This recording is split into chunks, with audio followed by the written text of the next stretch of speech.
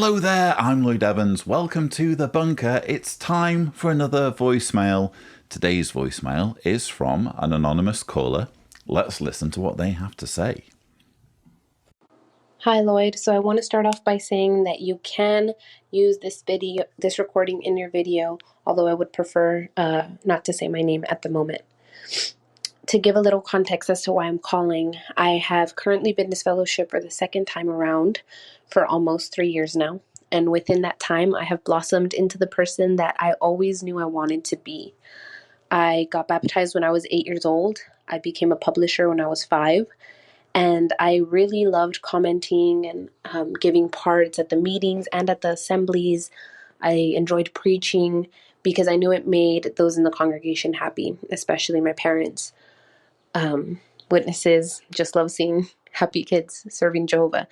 And I was a people pleaser, so I loved to entertain. And I knew around the age of 3 that I wanted to be a singer, an actor, a fashion designer, and all-around creative. I was heavily inspired by a celebrity who grew up in my neighborhood and was raised a witness. Her parents are still witnesses and continue to have privileges within the organization, even though they are still affiliated with the entertainment industry. I don't want to say her name because I feel like that might give away my identity, but she reached a worldwide level of success and was respected and loved by witnesses and worldly people. And I remember asking my dad, can I be like her when I grow up? And he said no, because fame is self-worship and the focus should always be on Jehovah. So after that, my dreams were shut down and I let them die. I found a prompt book recently from when I was 7 years old, and one of the questions was, where do you see yourself in 10 years? I wrote that I would be a housewife and probably be working on having kids, and no child should feel like their only purpose in life is to be married, but mine was. And subsequently, I was a very depressed young adult because I had no purpose in life other than finding a partner to marry. I did end up getting married at 18, and that didn't end well. So although I thought that's what I wanted, my heart knew otherwise. Now, as a almost 25-year-old, I have taken hold of my life. I went to school for film and television production. I have directed my own films and starred in others, and I'm currently focusing on my music. But I still live with this constant anxiety because I worry about how my art or my actions will affect my parents within the organization. Although they don't associate with me, I know locally the congregation tends to be just very vindictive, and I get scared that they'll use my art to shame my parents. When people write articles about me or my shows or my films, I either delete them or make them private on my social media pages because I just don't want like the witnesses finding out and for it to get back to my parents. But I know I can't stay a secret forever. So I guess my question to you is 2 parts. First, how do I get over the anxiety of my actions affecting others, especially my parents? I don't want my parents to be viewed as failures because I know that they raised me right. All my family on both sides, my aunts, uncles, grandparents, cousins, they're all witnesses.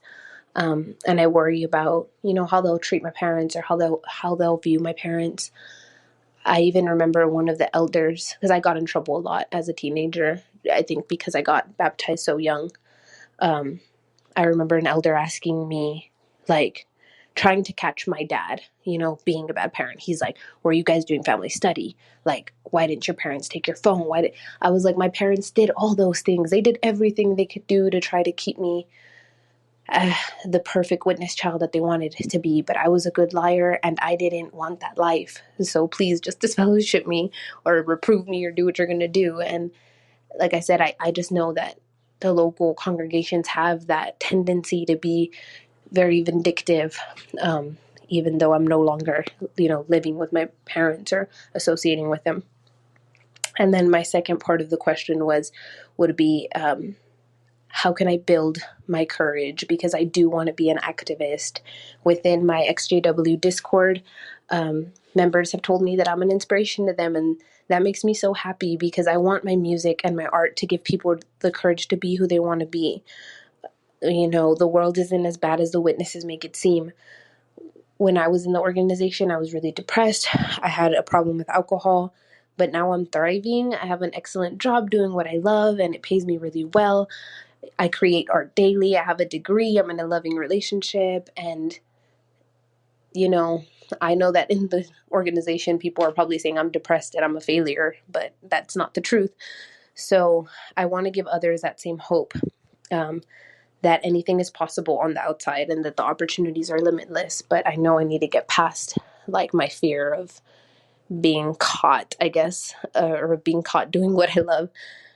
How did you find your voice and the courage to reveal your identity? And I wonder how you dealt with your father's disapproval to your activism.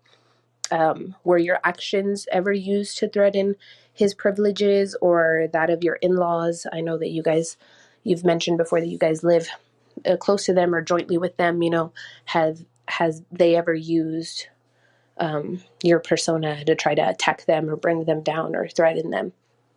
So yeah, that's just what I wanted to say, and I really hope to hear back from you, whether it be through email or if you, like I said, if you would like to use this in one of your videos. Again, I really appreciate all the work that you do, and it's because of you that I want to have a voice, and it's because of you that I want to help others, not only former witnesses, but people all around who deal with the struggle of repressing who they truly want to be. So that's all I have to say. Have a good one, Lloyd. Thank you so much for that message. Wow, what a message. You've been through a lot, haven't you? And before I get into this, I'm going to have to put the usual disclaimers in. I cannot tell you what to do. You've got to figure things out for yourself. I feel honoured and privileged that you've come to me for advice, but ultimately, no matter what I have to say in this video, you need to figure these things out and you need to find a way forward. And especially given some of the things you've mentioned in your voicemail, I really would recommend a mental health professional. I know you dismiss any idea of being depressed, and when you mention problems with alcohol, you say, well, that was in the past. And as of now, you describe yourself as thriving and being very happy. And I'm delighted to hear that. But the very fact that you've called in with this message and raised some of these issues of being troubled by the lack of approval of your parents suggests to me that there could be some underlying anxiety or some underlying sense of loss that you're not fully coming to terms with. And I'm not a mental health professional. I won't be able to help you with that. So it might be worthwhile just devoting yourself to some introspection and figuring out whether it might be worthwhile introducing a therapist to this situation and getting their professional advice. With all of that out of the way, well, let me get first of all to your question about my dad, because you asked, you know, has my dad, who is an elder, has he suffered due to my activism? No, I don't think he has suffered at all. I happen to know that he is very much an active elder in his congregation. I personally think that he values his role as an elder over his relationship with the rest of his family, with specifically me and my family, because the way it works is you can't be disfellowshipped for having contact if the disfellowshipped person is a family member. It's only if they're not a family member that you can be disfellowshipped. However, if you have contact with a disfellowshipped family member and you are a Jehovah's Witness, you're no longer exemplary. So Dad is making sure he's exemplary and making sure he gets to still be an elder by making sure he has nothing to do with me and my family. So I can basically do whatever I like. I can go on TV, I can do YouTube, I can write books, and it won't make the slightest bit of difference because he is obviously judged purely on what he's doing and on his loyalty to the organization. Whatever I'm doing makes no difference whatsoever. But that's a situation in which he is shunning me. It sort of sounds like you're not being shunned by your parents, because otherwise, why would you be so concerned about their approval? The first part of your question was, I'm paraphrasing, how do I get past my fear of displeasing my parents? Well, you're only going to be worried about displeasing your parents, presumably, if they're still in your life and if they're still not shunning you, I would think. So that's not really an issue for me. It could be, I guess, an issue for you.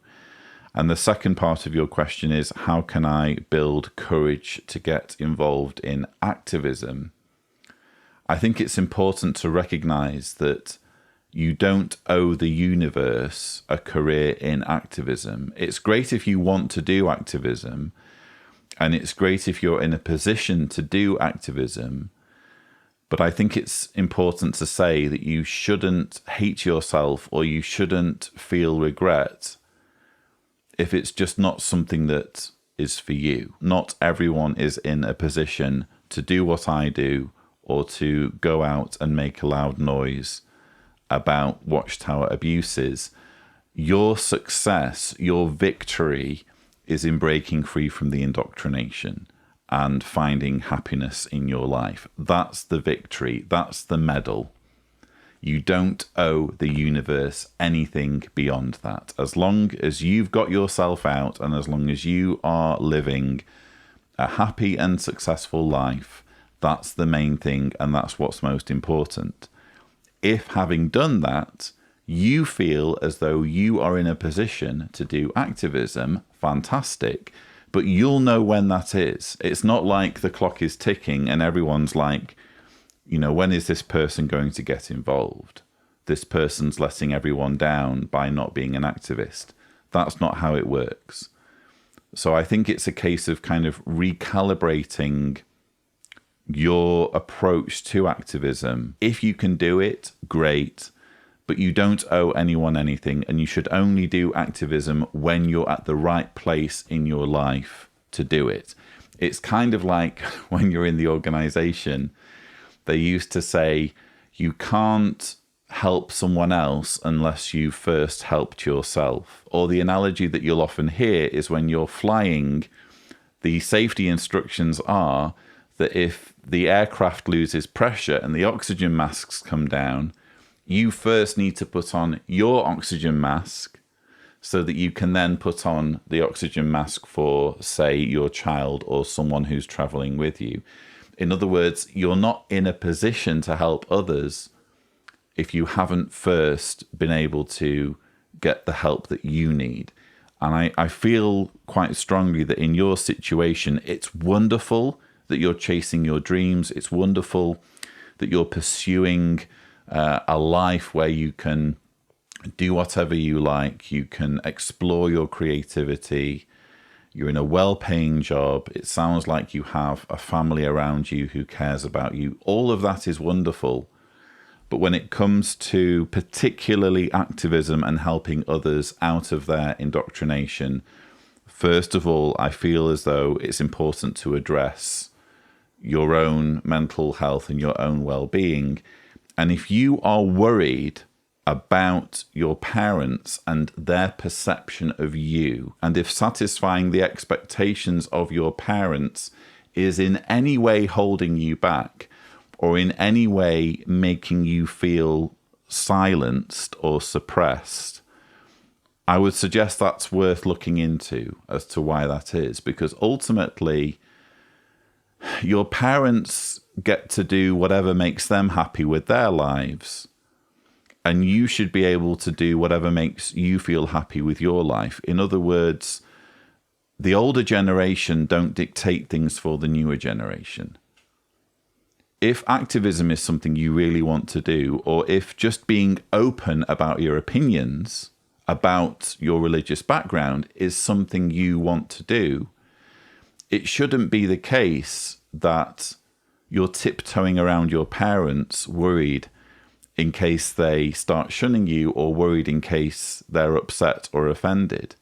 Now, having said that, some people really need their relationships for their mental health and well-being, and it could be that you absolutely need your parents in your life, and that is a legitimate reason for you to silence yourself when it comes to speaking out against the witnesses. But speaking for myself, it's really assisted me in my mental health to say, you know what, I have something to say. My time on this planet is limited. I'm damn well going to say it and let the chips fall where they may, especially when lives are being ruined by this toxic group. So do with that advice as you will. Ultimately, you need to decide what works for you and how to navigate all of these issues. I can only repeat that I'm not a mental health professional. And if you're struggling with feelings of any kind of feelings of anxiety or concern about displeasing your parents, that's perhaps something where a therapist or a counsellor will be able to provide you with the help you're looking for. So I hope some or all of that is useful for you. If you would like to leave a voicemail, the thing to do is go to speakpipe.com/Cedars, remembering to indicate clearly if you don't want your message to be played on the channel. But that's all I have time for. Don't forget to subscribe to the Lloyd Evans channel for more such videos. And as always, thank you for watching.